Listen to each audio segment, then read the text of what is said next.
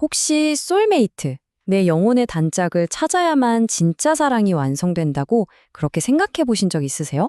오늘 우리가 함께 파헤쳐 볼 이야기는요, 바로 그 생각에 아주 근본적인 질문을 던지는 현대 결혼에 대한 정말 흥미로운 관점입니다.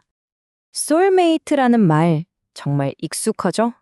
꼭 드라마나 영화를 보면 그렇잖아요. 나를 완벽하게 이해해주고 내 부족한 부분을 남김없이 채워줄 단 한 사람. 마치 잃어버렸던 내 퍼즐의 마지막 조각을 찾는 것처럼 그런 사람을 찾아 헤매는 게 당연하게 그려지죠. 이 영혼의 단짝이라는 말 참 로맨틱하게 들립니다. 자, 그런데 말이죠. 만약에 이 소울메이트라는 환상이 사실 그리 오래된 개념이 아니고 어쩌면 우리를 관계의 실패로 이끄는 아주 교묘한 함정이라면 어떨까요? 오늘 우리가 살펴볼 주장의 핵심이 바로 이겁니다. 이 현대적인 사랑의 이상이 우리를 잘못된 길로 이끌고 있을지도 모른다는 거죠. 자, 이 주장을 제대로 이해하려면요. 먼저 시간을 좀 거슬러 올라가 봐야 합니다. 과거의 결혼과 오늘날의 결혼이 그 목적부터 어떻게 뿌리째 달라졌는지를 말이죠. 와, 여기 보이는 변화가 정말 극적이지 않나요? 과거의 결혼이 그러니까 가문과 공동체의 생존과 안정을 위한 하나의 약속이었다면 현대의 결혼은 철저히 나의 행복, 나의 만족감을 위한 개인적인 프로젝트가 된 거예요. 관계의 무게중심이 공동체에서 개인으로 완전히 옮겨온 거죠. 그런데 바로 이 개인적인 만족이라는 이상이 현실이라는 벽에 딱 부딪혔을 때 문제가 생기기 시작합니다.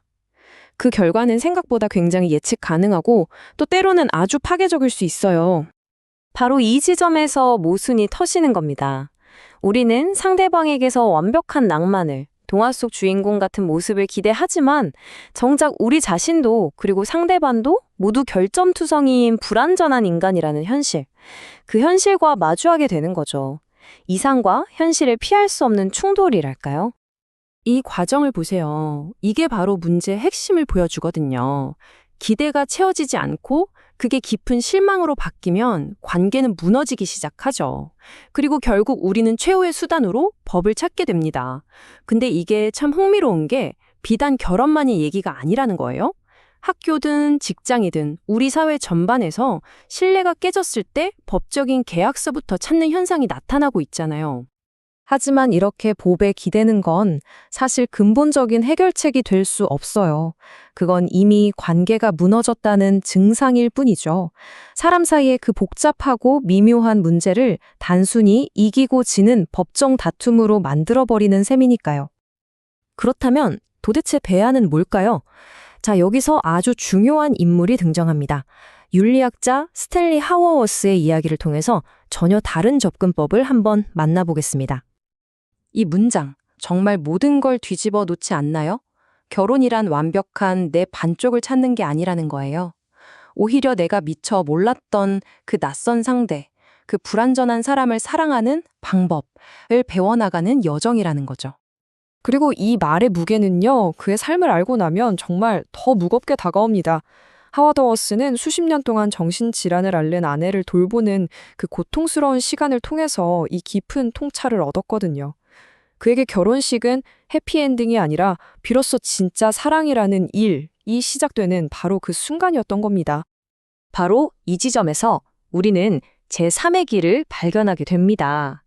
무작정 동화 같은 사랑을 꿈꾸는 낭만적 이상주의도 아니고 그렇다고 결혼은 다 소용없어 라며 포기하는 냉소주의도 아닌 완전히 새로운 길 말이죠. 우리가 종종 이 두 가지 극단 사이를 왔다 갔다 하거든요. 완벽한 사랑이라는 환상을 쫓다가 현실의 벽에 부딪히면 에이, 다 부질없어 하고 금방 포기해버리는 거죠.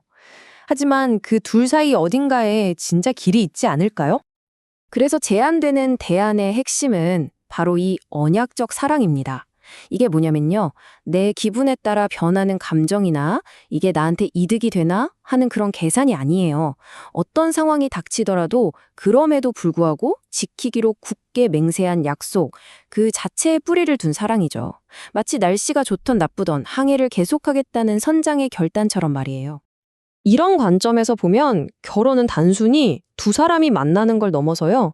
나의 이기심을 내려놓고 상대를 조건 없이 사랑하는 법을 배우는 뭐랄까, 일종의 인생의 훈련장이 되는 거죠. 굉장히 기쁜 영적인 수련과도 같다고 할 수 있겠습니다. 자, 그렇다면 이 언약이라는 아이디어가 과연 결혼에만 적용되는 이야기일까요? 아닙니다. 이제부터 이 개념을 우리 삶의 모든 관계로 한번 쫙 확장시켜 보겠습니다. 결국 모든 관계는 딱 두 가지 질문으로 요약될 수 있어요. 첫 번째는 거래의 질문입니다. 이 관계에서 내가 얻을 게 뭐지? 하는 거죠. 그리고 두 번째는 헌신의 질문이에요. 나는 이 관계를 통해서 어떻게 사랑을 배우고 또 기여할 수 있을까? 하는 질문이죠. 우리는 무의식 중에 둘 중 하나의 질문을 계속 던지면서 살고 있는 셈입니다. 우리가 어떤 질문을 선택하느냐에 따라서요, 정말 세상이 완전히 다르게 보입니다.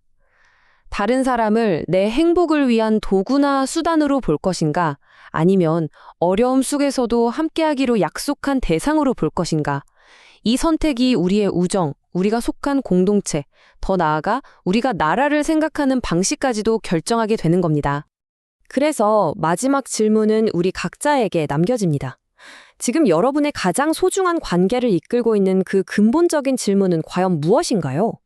여기서 뭘 얻을 수 있을까? 인가요? 아니면 여기서 어떻게 사랑할 수 있을까? 인가요? 한 번쯤 깊이 생각해 볼 문제입니다.